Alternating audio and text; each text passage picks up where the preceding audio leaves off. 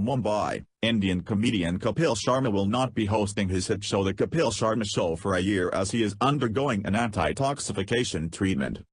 The comedian was admitted to a hospital after he fell on the sets of his show. Sharma was discharged from the medical facility after recovering from his illness but will not be hosting the show here at least. Sharma has been advised complete rest by his doctor. However, he will be back to promote his upcoming film Firangi. A close friend of Kapil Sharma said, the treatment was supposed to last for 40 days. But Kapil begged off in just 12 days. He needed to return to Mumbai to complete his film Firangi and start promoting and marketing it for its November release. There have been reports that Kapil is returning with his show early next month, but despite recovering well, he needs time. Kapil is feeling much better. I can sense the changes in him.